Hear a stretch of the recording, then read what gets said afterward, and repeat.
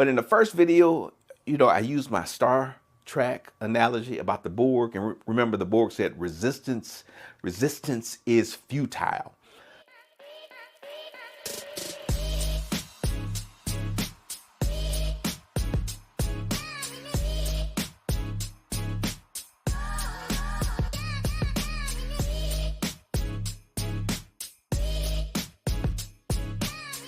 Wake up, leaders. This is Glenn Guyton, your cultural futurist and keynote speaker, helping you to unlock the power of your people. It's time for our executive coffee break. I hope that you are having a great day. They say you can't choose your family, but you can choose your workplace culture and your beverage.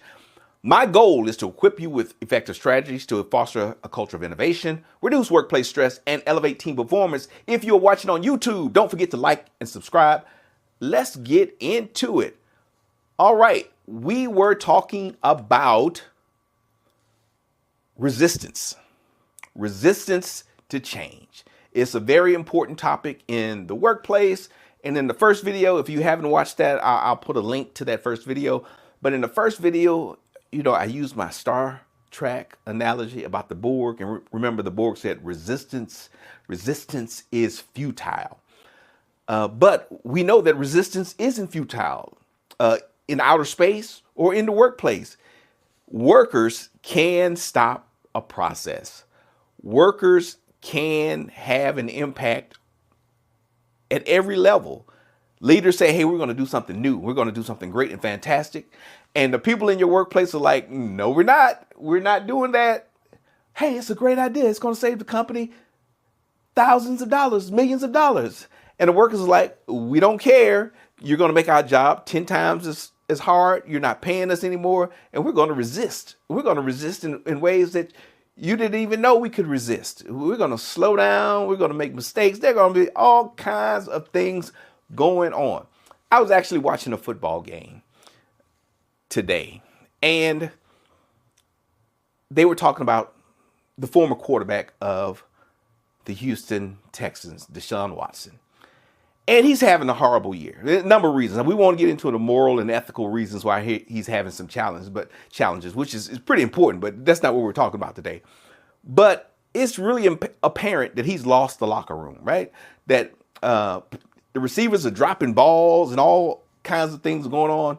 And one of the TV announcers was like, they must really not like him. They must really hate him. It looks like they're intentionally trying to fail to get him out of the ballpark, to get him off the team. Have you ever felt like that? Have you ever felt like your employees are sabotaging your good work and it just leads to frustration? Maybe they are. I don't know. What kind of culture do you have? How are you going about your job? How are you going about trying to implement new things in the workplace? So we talked about a couple of things when we were doing the other video. The thing that I left off on was misalignment with core values and beliefs. We want to make sure that the changes that we have align with our stated values as an organization, that people know where they fit in all of this. We also talked about a perceived lack of involvement or input. I'm going backwards. Perceived lack of involvement of input. People want to feel like they're involved in a change. Also, another thing that makes people resistant to change is fear.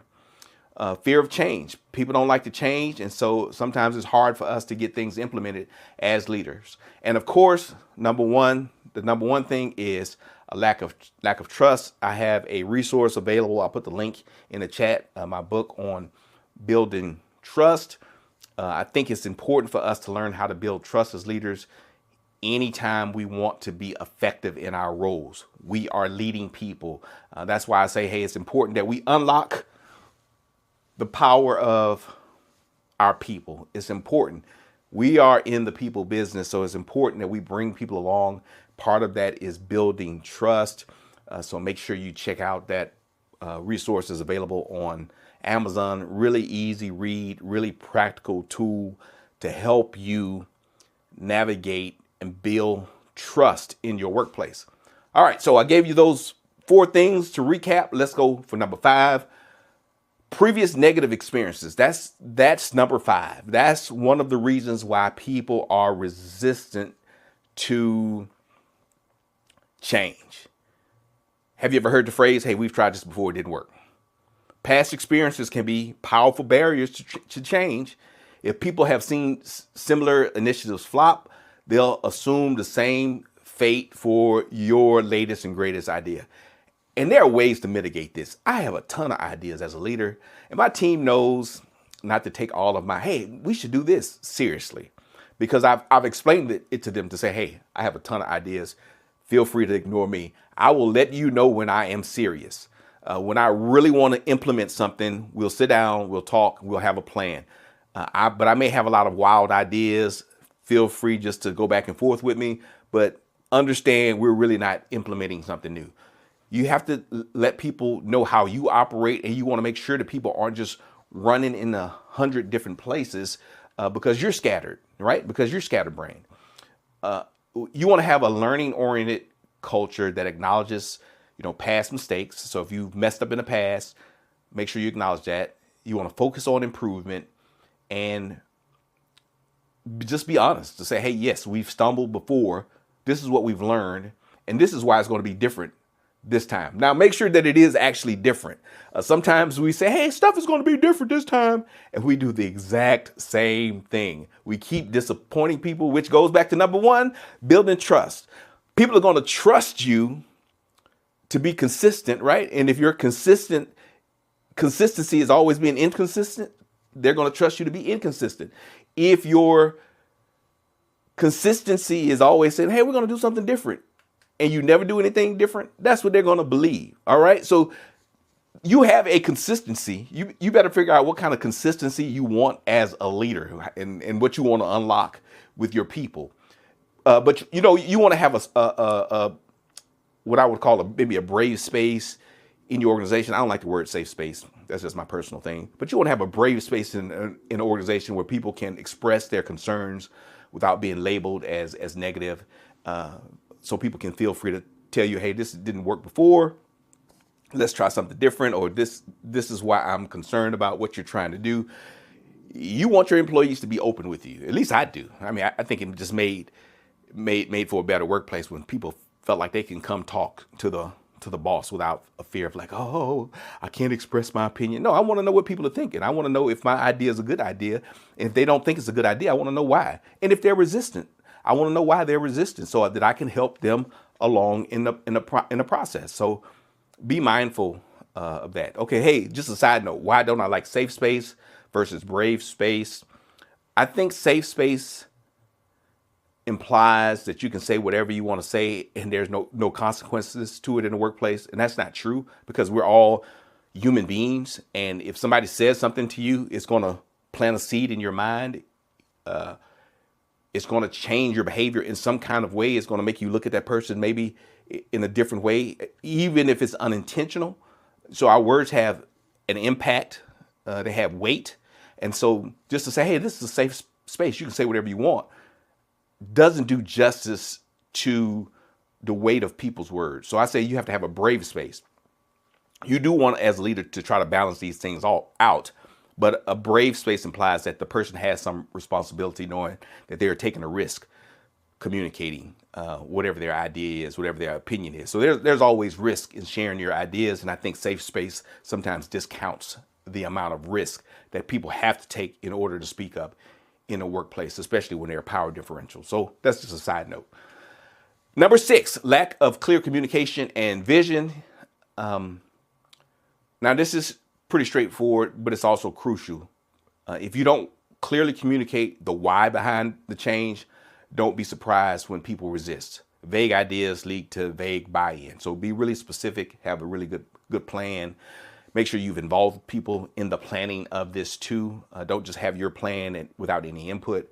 There are steps to this, but please prioritize open communication.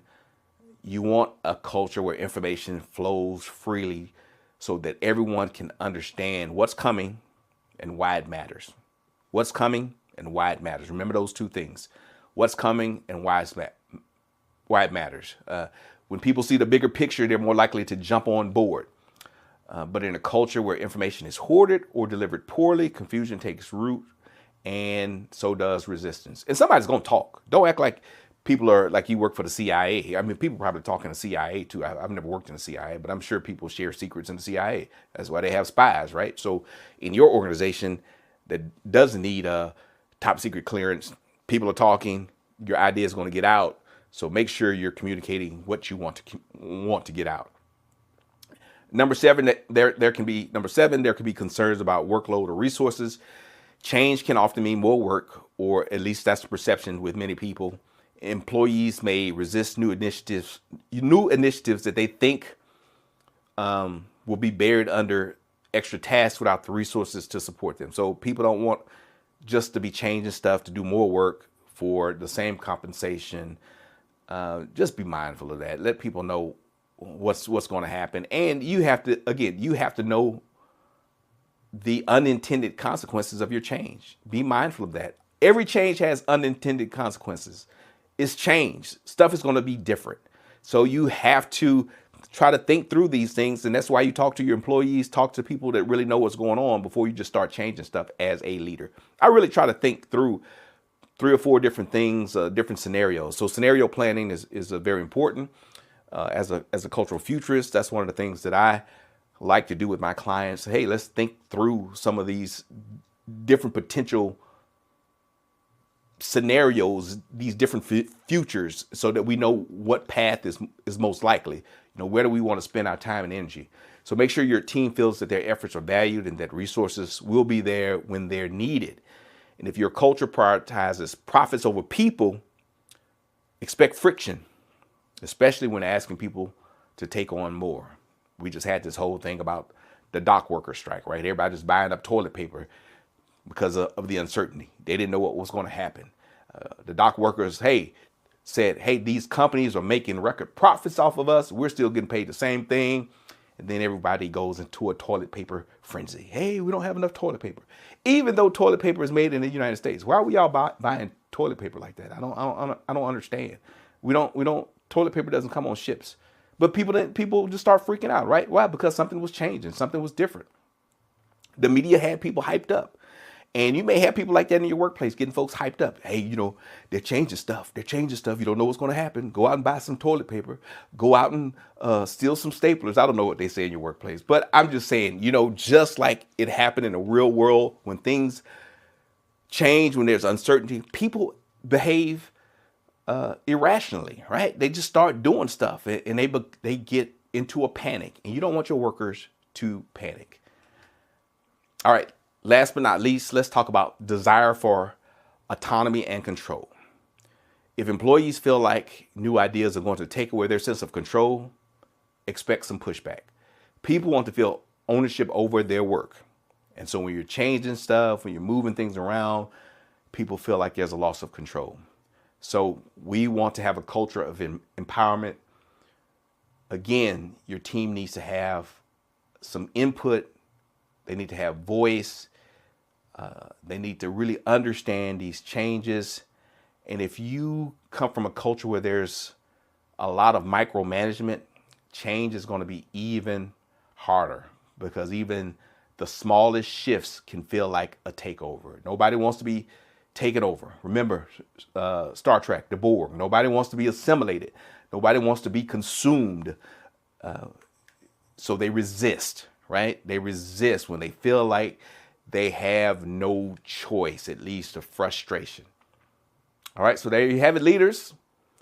Again, resistance to new ideas is not just about the ideas themselves, but the culture in which they're introduced. How you say it matters. How you roll things out, it really matters. A positive, inclusive, and open culture can make all of the difference. Helping employees see change not as disruption, but again, as a chance to grow, to be more efficient, to be better. So as I close, let's not forget, better leaders get better results. So to every one of you leading the charge for a more supportive and engaging workplace, I leave you with this. Stay bold, stay inspired, and remember that your actions today shape the culture of tomorrow. My name is Glenn Guyton. You all have a wonderful, wonderful, wonderful day.